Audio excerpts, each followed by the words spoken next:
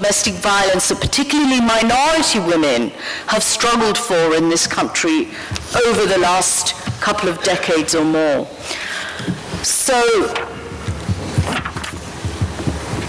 the other thing is that there is a fear, as people have said, it does oust the jurisdiction of family courts. There's a serious worry about that.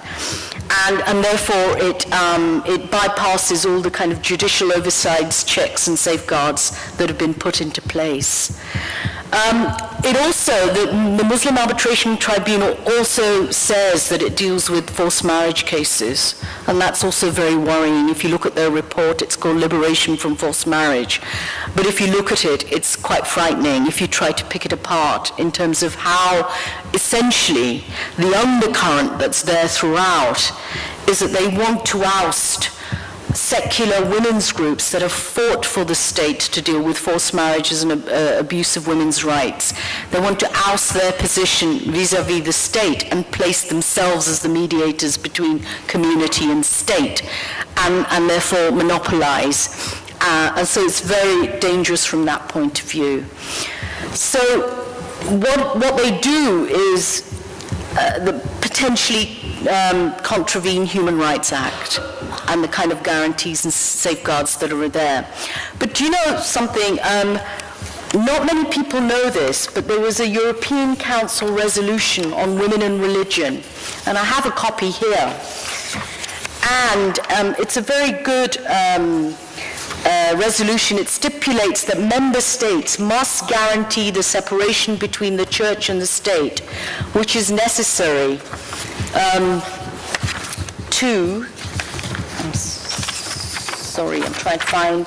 to marriages, which is necessary, it says, to safeguard women's rights.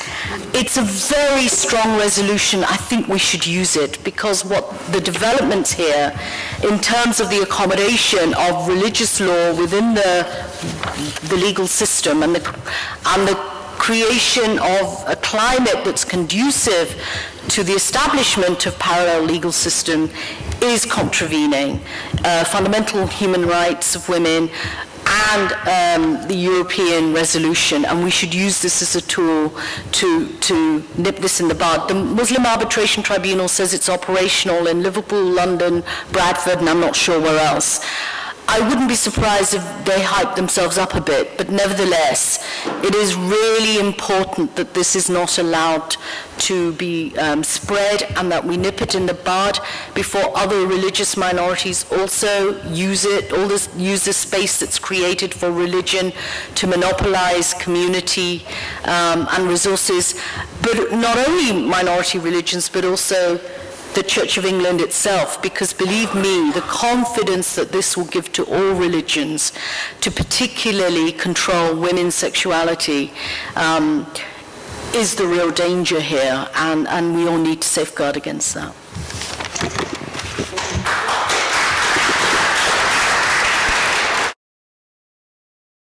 Administration. Could I just ask Pragna to speak? Yeah, is it Ronnie? Ronnie, I tend to agree that I think we need to make a distinction here in terms of what's workable as solution. It's difficult to, as much as I abhor councils and any kind of informal religious arbitration systems, it's very difficult to monitor and deal with that, because as Ronnie said, you know, it could happen in someone's home or in a mosque or a temple or wherever, and that's very difficult.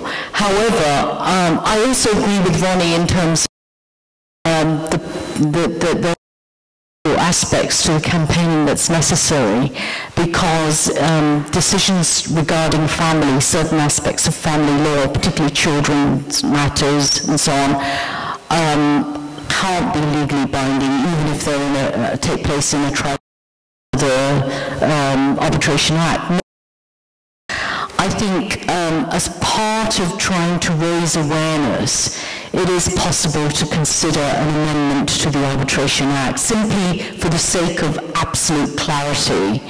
And so I think some amendment to the Arbitration Act to make unlawful any religious arbitration of any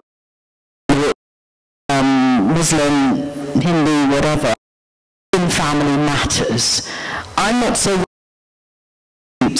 financial disputes and so on, but I'm very, because the violence place largely affecting women and children in the context of family. So I would like to see an amendment to the Arbitration Act for any religious arbitration in family matters. That kind of clarity will then, in terms of raising awareness for everyone, that decisions that are made regarding any aspect of family that includes inheritance and financial settlement, as well as custody after divorce and so on, is unlawful. And I think we should use resolutions I referred to, the European Council on Women and Religion, to as a tool to campaign and to oust completely their jurisdiction in dealing with family matters like that.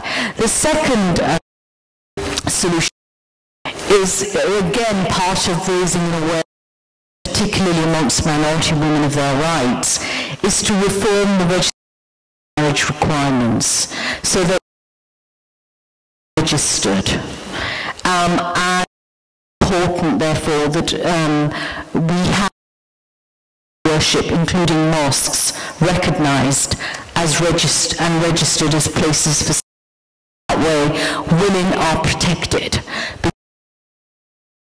Because they're getting their religious marriage, they're also civilly registered, and that brings with it protection in terms again, financial property settlement, particularly after divorce. I know that for a lot of Muslim women who've had religious divorce, there are problems of seeking rights because they're in that awful state of limbo. And so we do need to see religious places recognised and for registration. Those are my two solutions. Thank you for that. Thank you, Mariam. As some concluding thoughts, I think it's wrong to frame the entire thing in terms of superiority and inferiority, as if, you know, the immigrant cultures are backward, barbaric, and everybody else is moderate and civilized. That is just not the way to frame this debate, and we must not do that. Otherwise, we are guilty of creating a whole series of racist stereotypes. One thing we ought to remember is that in this debate, it's assumed that secular values are for the majority community, and it's the minorities who have religion, and I think Clara's tried to dispel that. But it is important to recognize that minority communities have also fought for secular, universal human rights. Around the world, struggles are taking place for that, so they are not to be attributed to majority communities. And therefore assume that somehow symbolizes superiority. We have fought for them, we must lay claim to them. Secondly, I didn't say this, but I think the other side of all of this is the need for secular women's organizations. It's the secular spaces within my are shrinking, particularly because the faith-based agenda and the funding that brings is encouraging faith-based groups, and I agree that it's a sanitized kind of jargon that we're using. Nevertheless, it is therefore creating a situation where women have